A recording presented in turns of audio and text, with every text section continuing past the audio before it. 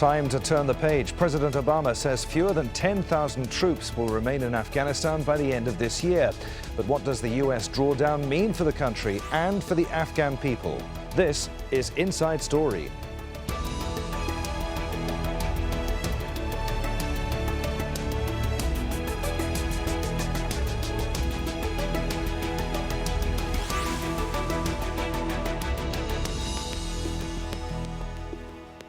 Hello, welcome to the program. In Doha, I'm Adrian Finighan. It is the longest-running war in U.S. history, and now President Barack Obama has outlined his plan to end U.S. engagement in Afghanistan. But the country is still far from stable, and once the runoff election is held there on June 14th, President Hamid Karzai's replacement will have a difficult job ahead of him. One of the biggest challenges will be the Taliban, with attempts to bring the fighters to the negotiating table having so far failed. Two other challenges include corruption and the drug trade. And added to all that, Afghans now face a future with no foreign soldiers on their soil. We begin with this report from Al Jazeera's correspondent Paddy Culhane in Washington, D.C. Are you coming with? As politicians tend to do, U.S. President Barack Obama is painting a positive picture about what is happening in Afghanistan, but only to a point. We have to recognize Afghanistan will not be a perfect place.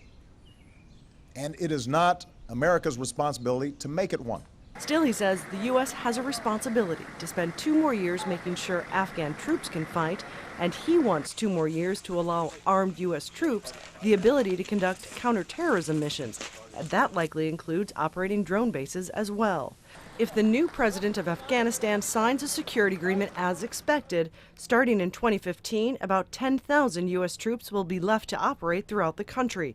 The following year, about half of those troops will be focused around Kabul and Bagram Air Base only. By 2017, as the president leaves office, he'll leave just enough troops to secure the embassy. That is a decision whoever follows him could quickly change. Some analysts feel the president is being guided by polls, not smart foreign policy. Americans may say they want to do less in the world, but they don't want to see their security threatened or their broader leadership role jeopardized because we've pulled back too far or too fast. The president's Republican opponents are pouncing on the fact that he has set a timeline, saying it'll be over by 2017. They say that that just gives a window to the Taliban, to al-Qaeda, to wait out U.S. forces. The administration says they have to give a timeline to force Afghanistan to take some steps, and also so that allies can plan. Thanks very much. His plan now in place, he's already started asking the allies if they'll stick with him for a war in its 13th year, asking for another 2.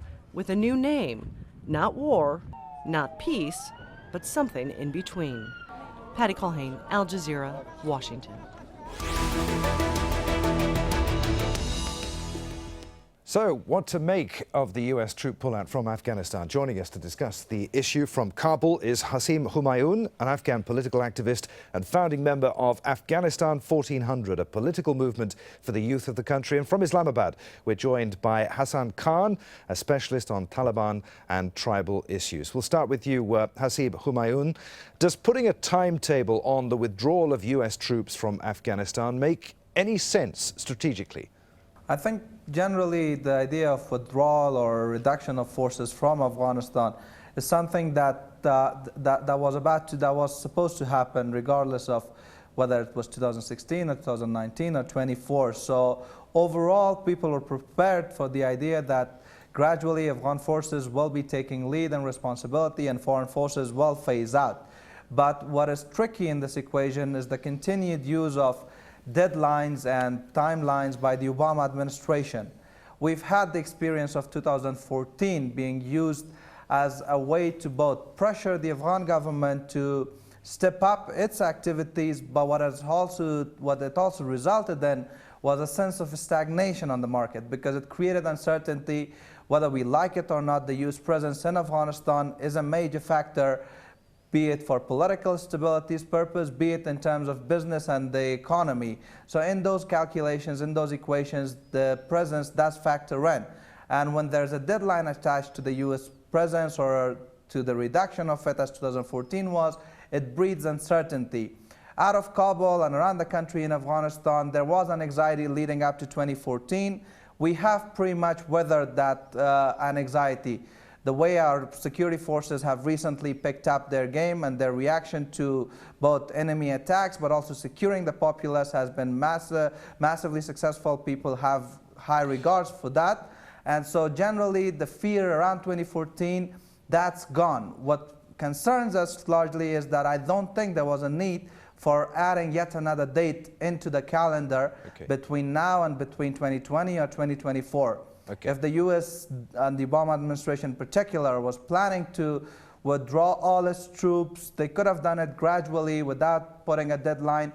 One rather destructive element that deadlines do generate is that it gets the patrons of the Taliban and other militant actors, gives them a sense that they could hold on to their proxies for, say, 1 or 2 more years and then test them again on the battlefield. All right. We cannot afford that sort of a dynamics. Let's put that to Hassan Khan. What do you make of the numbers and the timetable here? Is this the most effective way to wind down a war? I agree that this giving the timetable and then not sticking to it is one thing, but keeping in view the current situation in Afghanistan, I think for Obama administration announcing that a zero option by 2016, that there will be no American or there will be no international troops in Afghanistan, I think this is, it is creating a kind of fear not only among the Afghans, but the regional countries, including Pakistan's and I think the Central Asian states. Because look at the situation in Afghanistan. No doubt there are achievements during the last 10 years in Afghanistan. There is an Afghan national security forces which have enough of numbers and I think properly trained. But these achievements to me and to many observers of the Afghan situations are fragile and they are reversible.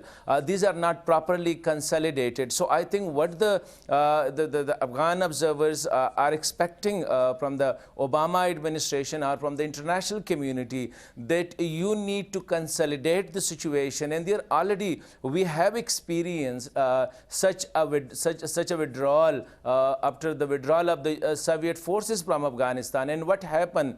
There was an ethnic and there was warlordism and the whole of Afghanistan was engulfed by a war. So I think the fear is still there because the Afghan national security forces are capable enough to secure the Taliban insurgency in the north and in the west, but it is too difficult for them to contain them in the south and in the east. And I think this has to be kept in mind, that whether the Afghan National Army is capable enough to challenge the operational capability of Taliban. And I think simultaneously, look at the region.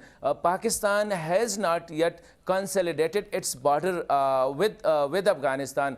And historically, we have observed that the Taliban insurgency are getting strength from across the border, their brethren in Pakistani tribal area. So keeping in view, I think I don't look at this decision.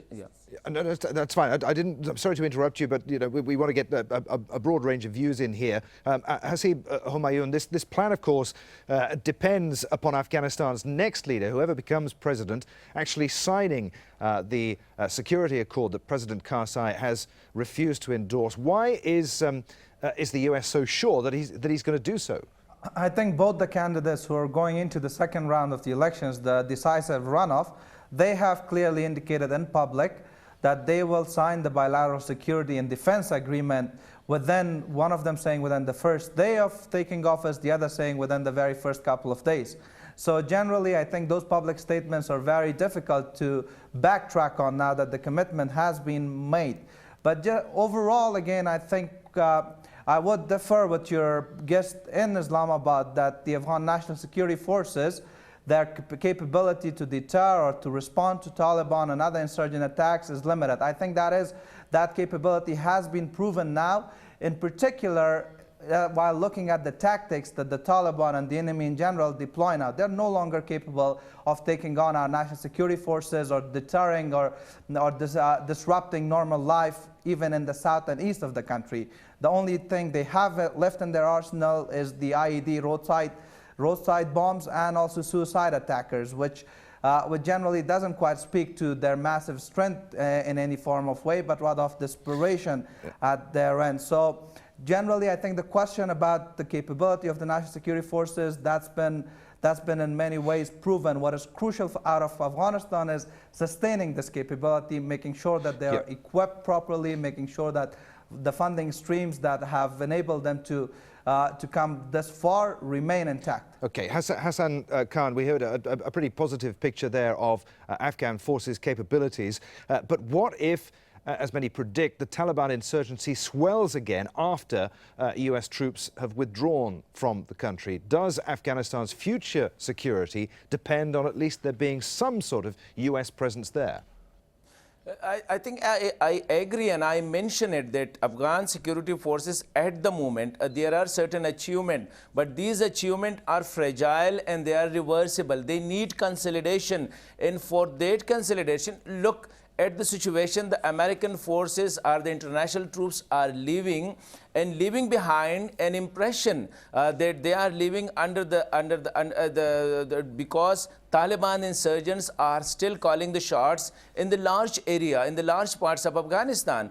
No doubt, I agree with my friend that during the May 5th election, there were Afghan security were capable enough, but you know, there were still thousands of international forces are still stationing in Afghanistan, and there is that psychological, I think, psychological strength with the Afghan national security forces that they are having behind air support, they are having behind defense, air defense, and they are having a large thousands of international forces stationed in Afghanistan currently. What happened? What would happen after the US withdraw? Number one, Taliban have this perception, they have this impression that American troops are leaving because of the Taliban pressure, because of the Taliban strength, and Americans are conceding. Even Obama said that America is not there to leave Afghanistan in a perfect condition. So I think one, the psychological itch to the Taliban, and number two, the same I think the psychologically Afghan National Army will not have that support of having international troops behind. Number two, already we have observed that post-Soviet troops withdrawal, there is still the international proxies in Afghanistan, neighboring countries including Pakistan, Iran, and some Central Asian countries, they are still somehow supporting their ethnic kins. So we have to keep these things in mind, and simultaneously the fear is that if American troops and international troops zero down in Afghanistan, so the international interest will also, I think it will be no more there. So psychologically and operationally, Taliban will get strengthened, and they will have this upper edge vis-a-vis the Afghanistan national security forces are concerned. And then the ethnic issues, I think we have to keep it in mind. No doubt, I myself a strong supporter of a strong Afghan army, but we have to keep it in mind the attrition level currently, despite the fact that international forces are there, but it is almost 20%. All right. Let's give you some background to all of this. US troops first entered Afghanistan in 2001 after the September 11th attacks. 1,300 soldiers were first deployed there. By 2003, that number had grown to more than 13,000. 5 years later, President George W. Bush sent an additional 4,500 soldiers in what was called then a quiet surge. In March the following year, the newly elected President Barack Obama announced his strategy for Afghanistan, saying that 4,000 US personnel would be sent to train Afghan army and police.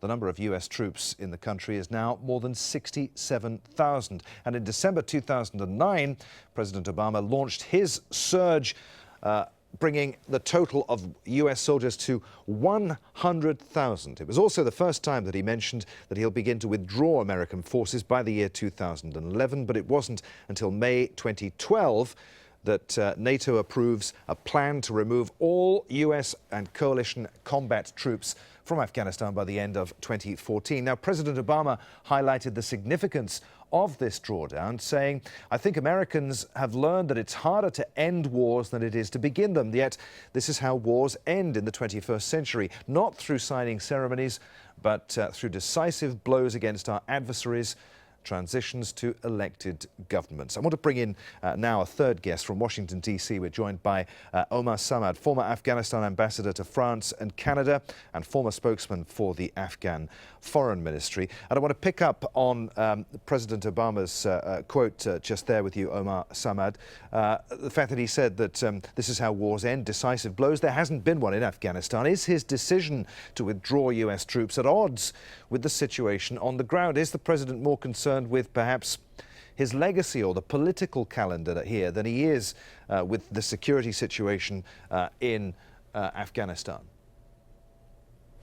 Obviously, he has to take into account a lot of different issues, and I think that the political calendar for politicians in the United States, including his own, as he ends his term and wants to form a legacy, comes into play. But having said this, I believe that the mission so far in Afghanistan has not been in vain. It has not been a total failure. It has not, resulted in the defeat of the Taliban on one hand, obviously, but it has weakened the Taliban to the extent where the Afghan people has demonstrated just a few weeks ago when they went to the polls and voted for the next leader of the country. It has basically mobilized them. The Afghan nation, regardless of ethnicity, and I want to stress, as the previous speaker was stressing too much on ethnicity, I want to de-stress on ethnicity and say that the Afghans now feel that as a nation, as a body, that they want to determine their own future. And they want to do it in a democratic manner. And I think that is the biggest message or biggest slap, if you want, that the Taliban received, bigger than the blows that the Americans have given them over the years. Omar, the president acknowledged that the US would leave a deeply ambiguous legacy in Afghanistan. What do you think that legacy is? Well, the legacy is being shaped. Today he's going to have another speech given at West Point, and I think that he wants to basically use this occasion today to define what his foreign policy and defense policy legacy will be. He is facing numerous new crises around the world. Afghanistan has been at top of the agenda for many years. Now he wants to demote Afghanistan's status by saying, we're okay, we can handle this, and Afghans can handle this.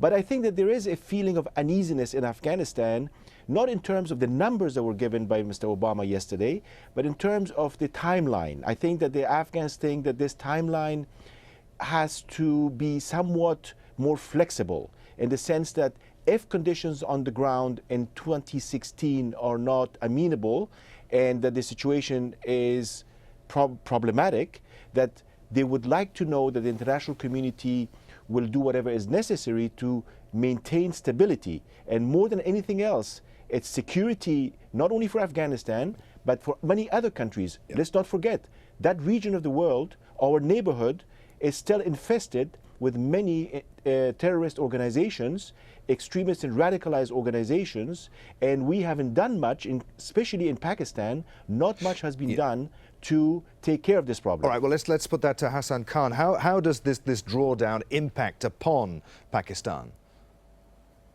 I think Pakistan has a concern because Pakistan's own tribal area in the northwest of Pakistan is heavily affected by the militancy, and especially still Pakistan is holding almost 2 million of Afghan refugees, which is still a problem for Pakistan. And I think Pakistan believe that if American or international forces leave Afghanistan without consolidating the current setup there, and number two, without having a political solution for the problem, because if we talk of Afghanistan, no doubt we are talking keeping in view the current situation. Right now, at the moment 2014, when we are talking, Afghanistan is not in a position to afford the complete withdrawal of international forces. So Pakistan's concern is, in case the American or the international troops leave Afghanistan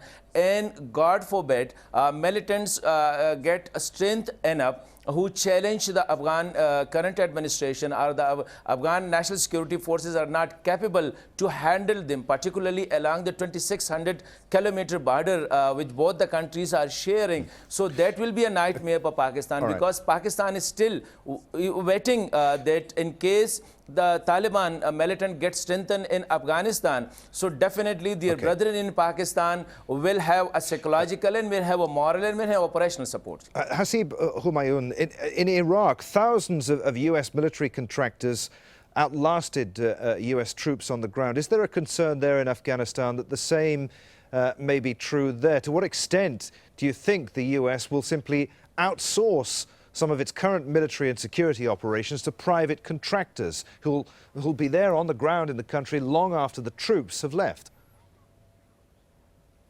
I think with Afghanistan, we have the benefit of the hindsight, be it learning lessons from what happened in Iraq or what happened in Afghanistan over the past decade. So I'm less concerned about that perspective, about that worry materializing. But what is important in relation to the U.S. drawdown from Afghanistan is that nothing be done between now and 2016 or any time after that that undermines the Afghan state. Generally, as the Ambassador Samad from Washington indicated, some of the Obama administration's decisions are dictated by internal political imperatives. Now, some of that plays itself out here in Afghanistan, as we saw last week with President Obama's visit to Kabul, that did not include a meeting with President Karzai, who is the elected leader of this country. And in many ways, it was seen as an undermining of a state that has been built with a lot of sacrifices of both Afghans and the international actors. Now, if I may respond to your guest in Islamabad, I think very briefly, if you wouldn't mind. Yes, absolutely, absolutely. The sense that he's projecting about both Pakistan's concerns about the drawdown or what may happen in the case of a strengthened Taliban, I think it ignores the fact that the constitutional order in Afghanistan, the democratic process, is actually now the game in town and the political solution of the country. The Taliban are pretty much outside of it, throwing stones at it, as opposed to being any sort of an existential threat to it anymore. So that worry isn't there. The point, of course, is consolidating it. Consolidation can happen if we insert a sense of both certainty about the future and in projecting it, especially when it relates to equipping and funding our national security forces. Omar Samad, I'm feeling this is going to be the last answer from you. Is Afghanistan better or worse off with US troops on the ground there right now? Would the country be any more stable if they'd left long before? Listen, I have, I have 13 years of experience as an Afghan, someone who went back and joined the government in 2001. I can tell you Afghanistan is a much better place today than it used to be under the Taliban or right after the Taliban fell. A lot of work has been done, a lot has been invested, a lot of lives have been lost, but at the same time, the glass is half full in Afghanistan. The Afghans consider themselves as beneficiaries of an amazing contribution by the international community, not just the US, and many others, including Japan and Europeans and many others. And they feel that they have reached a certain level of success on the road to democracy, on the road to development, on the road to progress, and so on and so forth. And they do not want to regress, they do not want to go back. And for that to happen, not only would they have to rely on their own forces, on their own capacities, but for a certain period of time, a few more years, they would need assistance and aid, as well as an assurance by the international community that if something, a threat, a security threat, emerges in Afghanistan or around Afghanistan that threatens international peace and security, that they would have the backing of the international community. That is extremely important, regardless of 2016 or 2017. Gentlemen, there, I'm afraid we're going to have to leave it. Many thanks indeed. Haseeb Humayoon in Kabul, Omar Samad in Washington, D.C., and Hassan Khan in Islamabad. And do please let us know your thoughts. You can join in the discussion online at facebook.com/AJ Inside Story or tweet us at AJ Inside Story on Twitter. In Doha, I'm Adrian Finighan. Thanks for watching. I'll see you again. Bye for now.